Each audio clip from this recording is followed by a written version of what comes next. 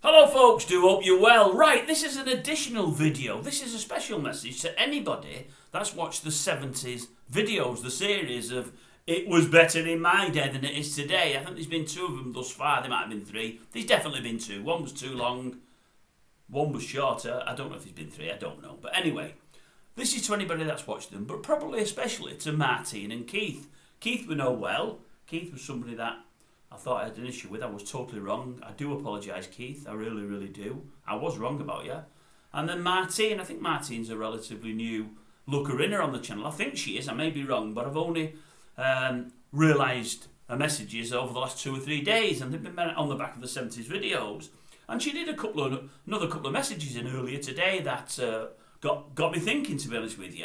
I'll tell you what, you should meet Keith, Martine. You two are bounce off each other brilliantly. You've got lots to say, and it's all good.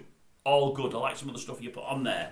But Martine was saying to her, actually, the times have changed. She said, I remember you used to have a shop for everything on the high street. You had a butcher's, a baker's, a fruit and veg, a sweet shop, a shoe repair shop, a launderette, a tailor, a fish and chip shop, a chemist, but they just did medicine and nothing else. They had everything, she said. She said, and everybody knew everybody. It was at a time when, she said, everyone knew everyone. She said, I was brought up in London, but still everybody in the area knew you by your first name. And it got me thinking, and I thought, you're right about most of it. You're right about all of that, Martine. You really are. Fruit and veg shop especially. Every town had 2 or 3 fruit and veg shops. You just never find them anymore. They're very, very, very few and far between. You go to your supermarket now for fruit and veg. They had a shop dedicated to it. Laundrettes, you get the odd one in every town, but only the odd one. They were on virtually every high street. You had about 4 or 5 in every town. Not anymore.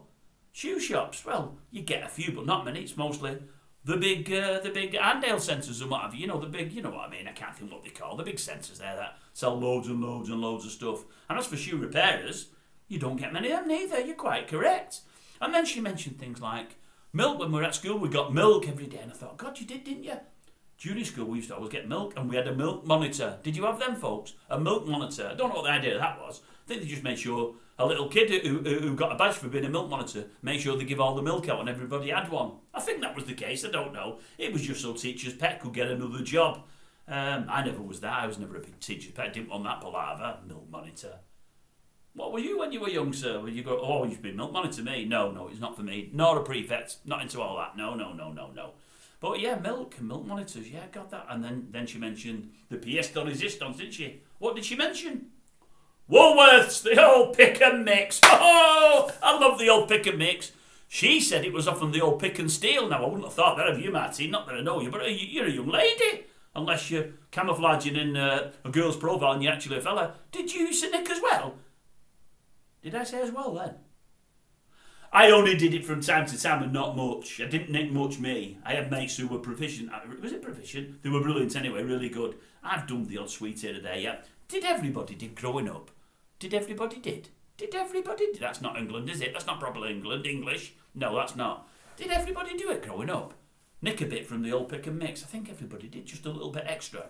You was getting enough for your money. Why they always look at lopsided these? I think everybody did do it. You shouldn't have done really, but I think everybody did.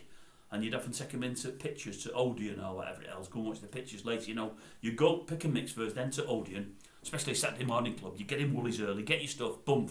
Do you know what? I bet Woolies has gone 15, 20 years now. It might be more, might be less, but times just fly. I'll tell you what, when Woolies went down, I thought to myself, way up, we're on a slippery slope here. I really did. Woolies has been on the high street since before I were born. Something I never thought I'd go. I never thought we'd lose Woolworths. And then look how many places have gone since. There's been loads of them, haven't there? But when Woolies went, you realise Britain was on the decline. That was the start of it for me. When that went, that institution, I thought, way up, something's going on here.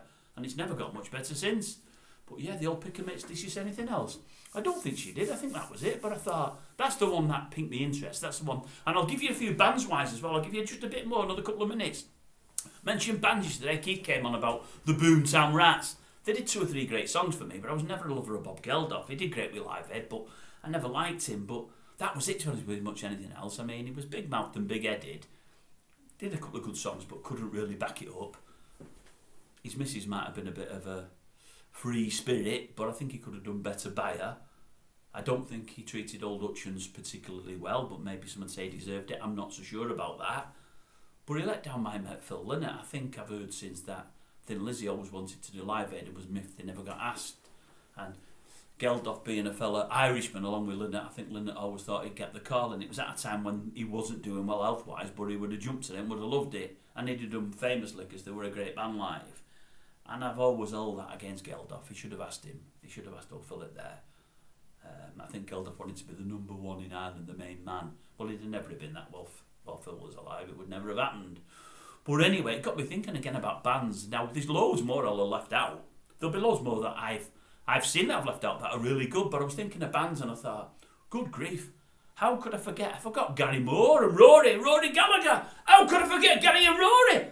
Two of the greatest guitarists of all time. All time. I must have seen, I don't know how many times I've seen Rory, 4 or 5 times. He always did the old sketch halfway through where the power went down in the hall. The power's gone, what can I do? I'll tell you what, I've got a mandolin here, I'll do the old a cappella with mandolin. Always did it every time you seen him.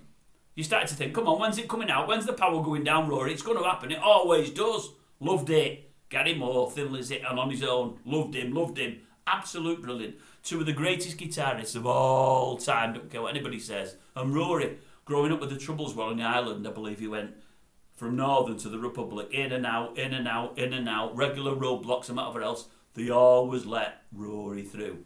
Everybody loved him, whether you were Catholic or Protestant. You couldn't turn on Rory because a lot would have turned on you. Oh, aye, they love Rory. Absolute crackerjack. Just a lovely bloke. Unfortunately, I think he liked the Guinness a bit too much, which is a shame. More about that in the next video, to be honest with you. Not about Rory. Then what else? I had another couple of bands I wanted to mention. There was a reason. Springsteen. How can I forget him? Some say the greatest live act of all time. I've never seen him. Sort of wouldn't mind seeing him, but 3 or 4 hours might be a bit much even for me. And I'm sure he's great live, and I like a lot of his songs, but I would never put him out there as the best, but many, many do. Genesis, I had mates that like Genesis, never seen them. I've seen Steve Hackett, never seen Genesis. 3 or 4 other songs I like, and that's about it for me. But we're all different, aren't we? And then Meatloaf. Oh, how many people love Meatloaf? He was massive in the 70s. Well, he was massive forever. He liked his meatloaf, he liked his grub, I think. Yes, he was always massive, but he was big in the 70s. No, you know what I mean? He blew up. I'm saying it all wrong. Massive blew up big. I mean he was a big act. I don't mean he was a big act. I mean he sold lots of LPs and was a big star. Well, he still sounds the same. You know what I mean? He was famous in the 70s and thereafter. I seen him once live. Absolutely crap. One of the worst acts I've ever seen in my whole life. And it was at the peak of his popularity. I don't mean near the end of his career. It was probably in the early to mid 80s when he should have been good. He was absolutely crap. He really, really, really was. And then I don't think I told you my 2 stories yesterday. I might have touched on one of them. Went to see Status Quo once and got arrested after the concert on Piccadilly Station. I deserved it. I was being stupid. I really was. But someone threw a dare my way, and you should never throw a dare my way because I always carried it out. Very, very stupid. Won't go into it further. My children might hear and my grandchildren one day. I don't want to get them being as stupid as the dad and granddad was because I was stupid. No doubts about that. And then Thin Lizzy, my big Thin Lizzy story. I live in a place called Warrington, in the middle of Liverpool and Manchester. I think they have us as 18 miles from Manchester, I think, where I used to live 18 miles away. Bear that in mind. Right, I'm watching Thin Lizzy one night in Bellevue. They used to have a concert hall in Bellevue. Bit of a dump, really, to be honest with, memory serves, but it was a Sunday night job. Now, in the week, the last train home from Oxford Road, Piccadilly Oxford Road, was about 11:15. Sunday night, 10:15. They didn't come on till 9 o'clock, so there's no way we was getting to the train station for 10:15. Well, you could do, but it wasn't worth going to the concert. Anyway, went with about 5 or 6 mates, and I went with my best mate, the chap who died when he was in his very, very early 20s, motorbike accident. Best mate in my life, died very, very, very young. He wasn't a Lizzy fan. I convinced him to go. I said, honestly, they're brilliant, you'll love them, blah, blah, blah, blah, blah. I must have seen the band over the years, and even including after old Phil died, 15, 16, 17 times. I don't know how many. It was the only time I saw them, and they were crap. And when I say crap, they were absolutely crap. It was the sound of the place. The acoustics were awful, and they suffered. It was terrible. It was a terrible concert.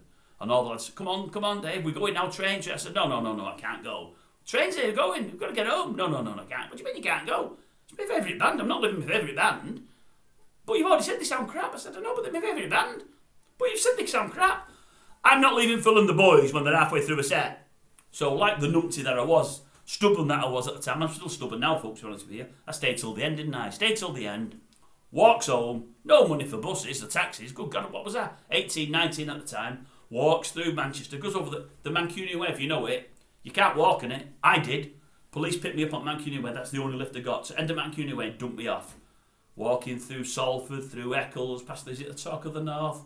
All the drunks on a Sunday night was out. Oh, it was air raising, absolutely air raising. Macro, goes past Macro, if anybody knows where that is, near where I live, Macro. I won't tell you what I had to do, but I had to do something. Luckily, there was loads of dock leaves about. I'm saying no more. I'm saying no more, folks. Because at Macro, I'm still probably 6, 7, 8 miles from home. It's a long way home, folks. Long way home. No buses, no taxis, no money. I think I got about 3:30 that night. It was a long night. It's one I've never forgot, though, folks. But the moral of the story is, if you've got a band, you've got a band, and they come first, and you put yourself out for them. And I did. They never thanked me. They never got back to me, you know. They don't know about it. Well, they'll know now if they watch this, but they're not going to, have they? But that was the highlight of my concert watching. Not the highlight. That was the story I most remember from all the years of watching all the concerts I watched. And there was many. There was that many. I can't remember who I've seen or how many times I've seen them. But that was my standout night, I suppose. But for all the wrong reasons. Anyway, I'll leave that with you.